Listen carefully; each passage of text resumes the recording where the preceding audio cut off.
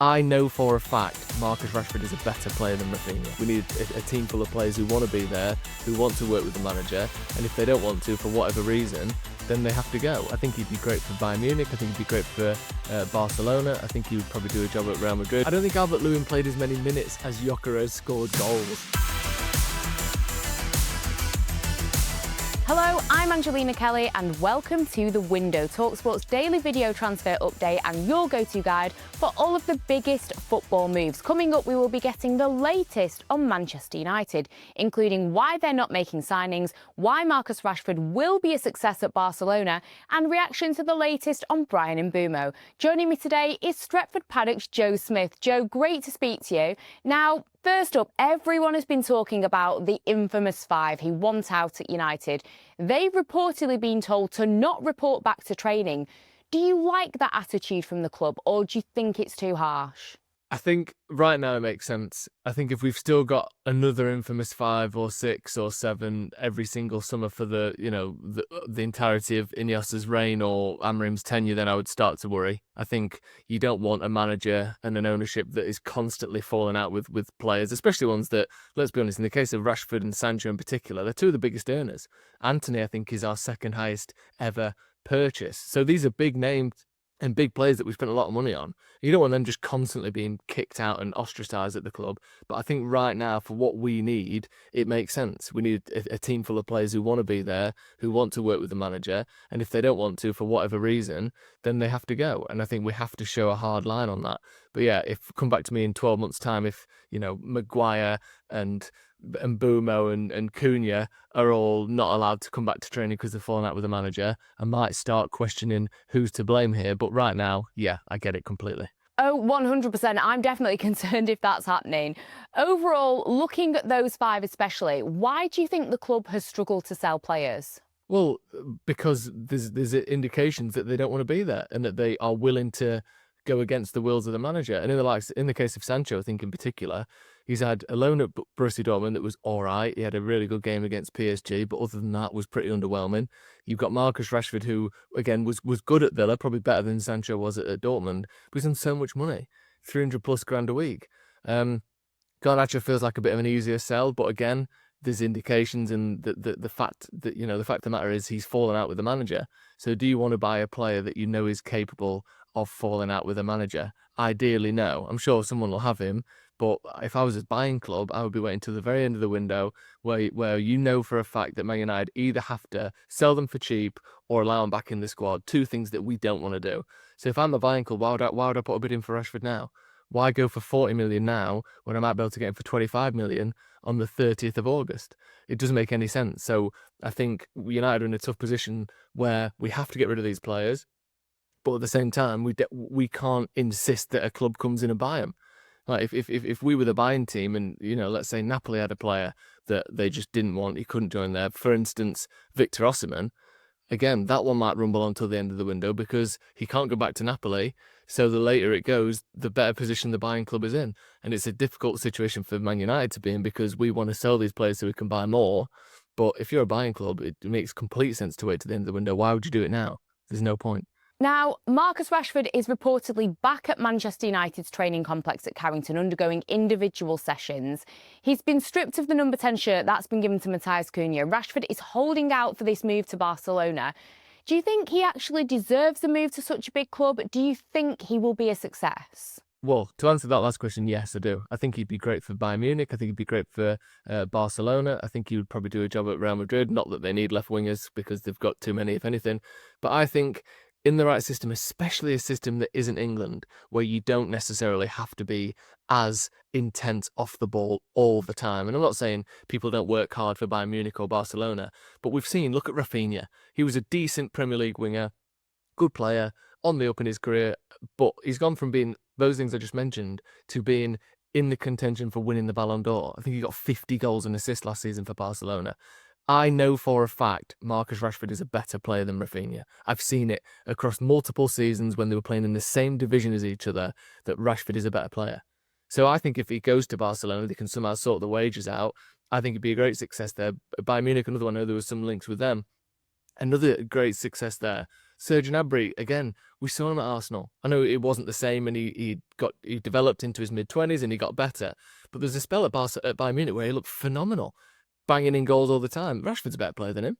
And I think if we see him in an environment that suits him, especially a league where you get a bit more space on the break, teams aren't sitting back and defending the edge of the box as much, Rashford is lethal under those circumstances. So I think once he goes somewhere, becomes happy again, plays regularly, and plays in a league and in a system that suits him, he got 30 goals for Man United in the toughest league in the world across all competitions. Why couldn't he do the same or better for a team where, let's be honest, the bottom half of La Liga isn't as good as the bottom half of the Premier League, and the same can be said for the Bundesliga. So it's just the wages with Rashford, I think. He's got over 100 goals for Man United. He's a good player.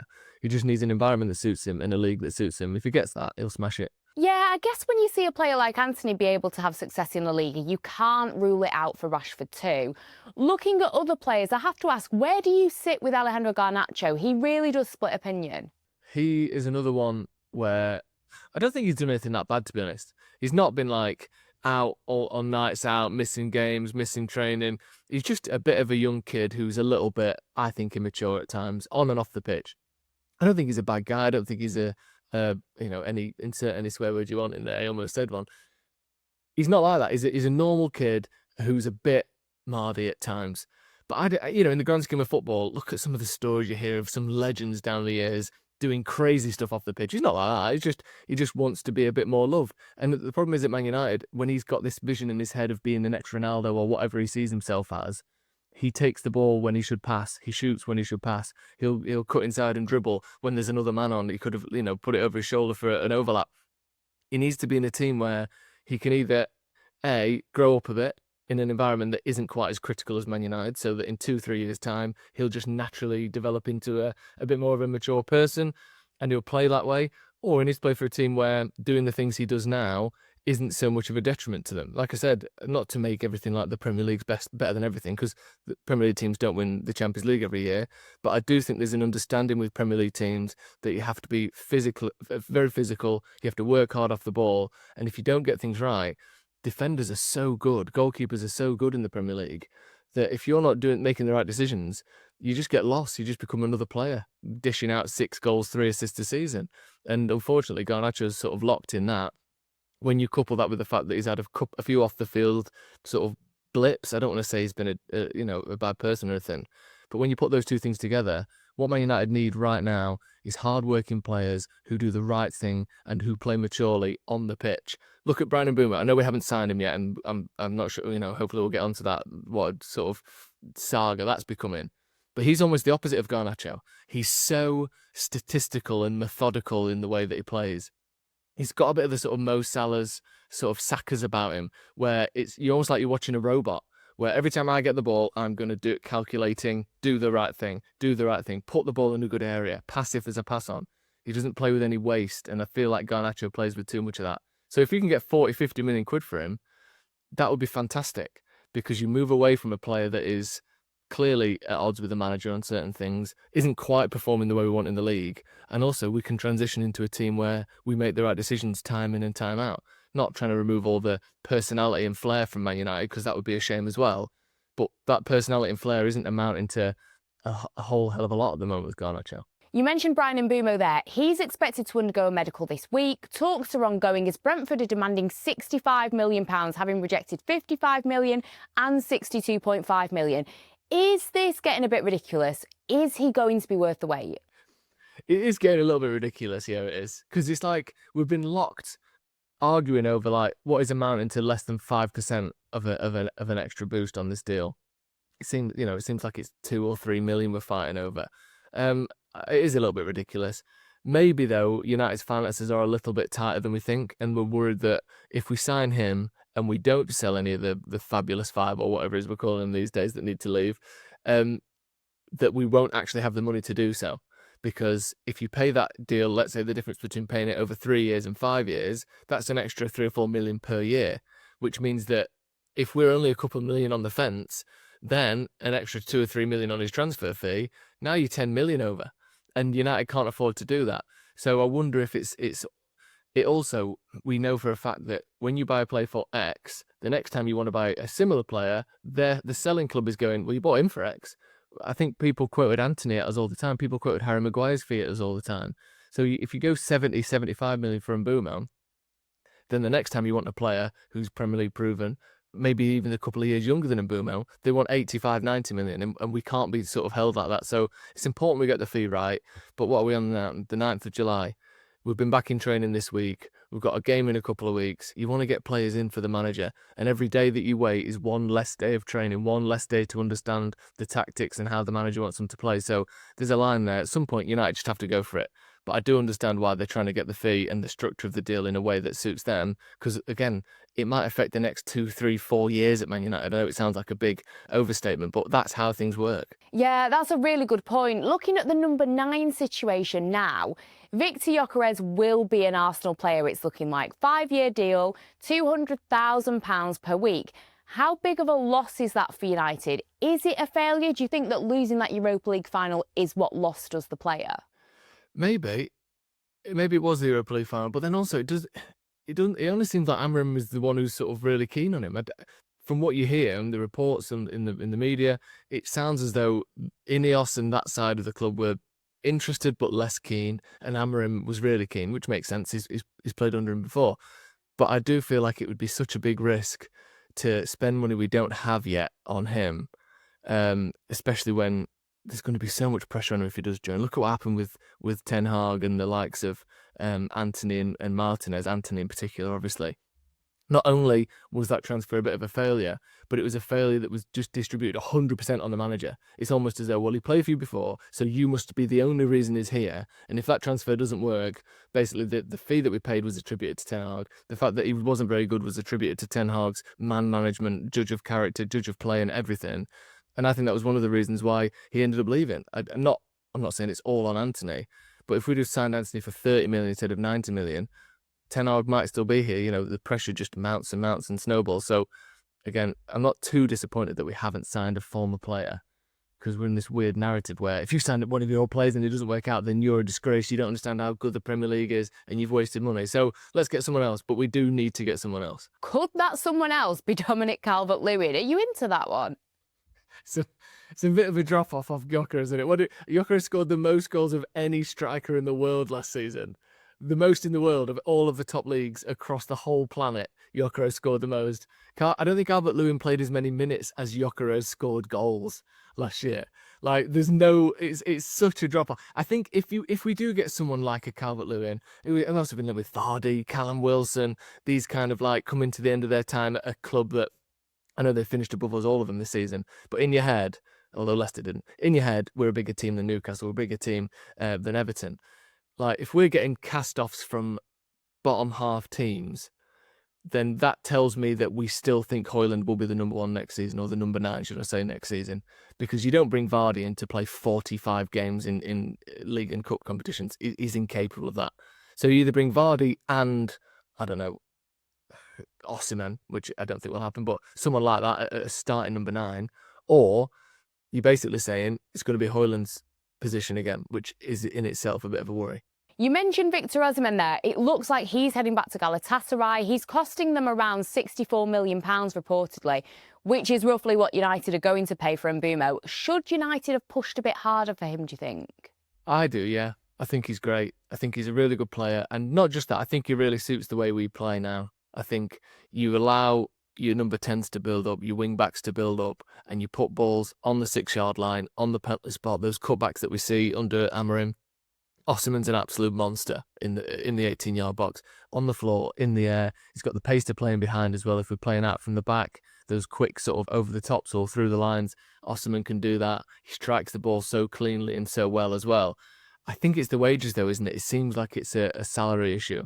And again, it goes back to the whole thing that we were saying about Rashford and Garnacho, where United need to do things differently. We can't just give someone 350 grand a week because we're desperate. We saw that with Casemiro. We saw it in a way with De Gea. You know, we gave him that huge mega deal, the most any goalkeeper had ever been paid, because we were desperate to get Alexis Sanchez in and we had to give him that kind of money.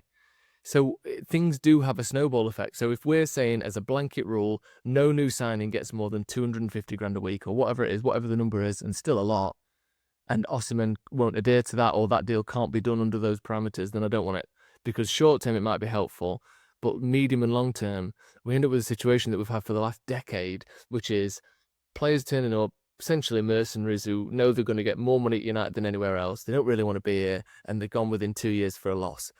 None of those things are any good for Man United. So if Osimhen wants to join and we can get him, great. By the sound of it, like you said, he's going back to Galatasaray, and hopefully he can have a good career there because he needs a bit of a home.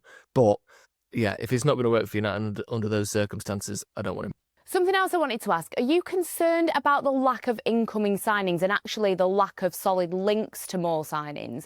United fans would like to see a new goalkeeper, wing-back, midfielder and striker. There hasn't been loads of indications that the club are looking for new recruits in some of those areas.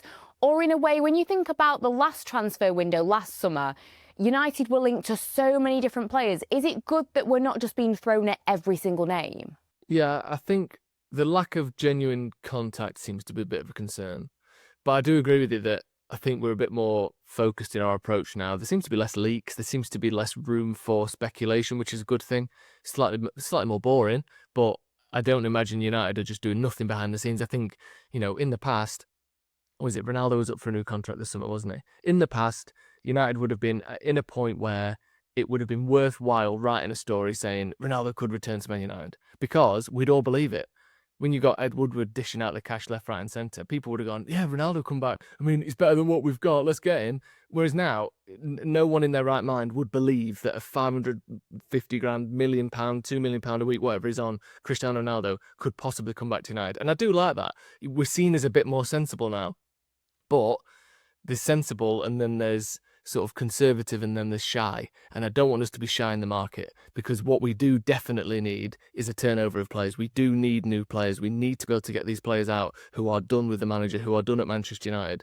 And there's a line in there. You want somewhere between absolute farce where Neymar and Man United are coming to United in a double uber mega deal worth 600 million quid, even though it's not going to happen. And then you don't want it to be the case that what we are now, July the 9th, by the end of August, we still haven't signed Mbeumo, and Marcus Rashford is training with the under-16s.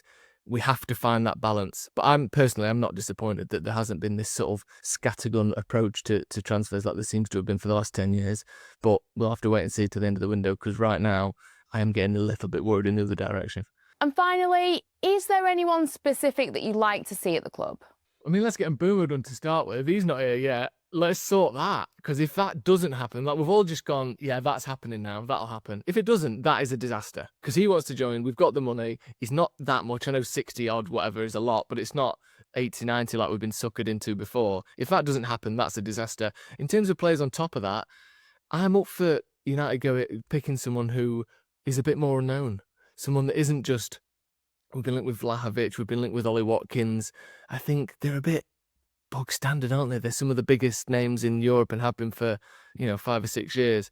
I just think, look at the way City do things or look at the way other teams do things. They'll bring somebody like a Julian Alvarez, for instance. What do they cost him? 15, 16 million quid? Comes in, gets 20 goals for him, and they're selling for 80 million 2 years later. Let's get someone like that in, where you go, I don't know much about him. Let me do a bit of research. Because we've got a couple of Premier League proven players with Mbeumo if he joins, and Cunha. Let's now use this scouting network, use these new footballing people that we've got to bring a couple of people in where you go, wow, remember we signed him? What was he? 17 million. Now look how good he is. Let's get a couple of people like that in. Well, there you have it, Joe. Thank you so much for joining me. Don't forget to like and subscribe to the talkSPORT YouTube channel. Remember, we will be back tomorrow to keep you up to date with the latest rumours, done deals and everything in between. The window is in association with our own bookie talkSPORT Bet. Download the app or head to talksportbet.com if you want to get involved. 18 plus, T's and C's apply. BeGambleAware.org.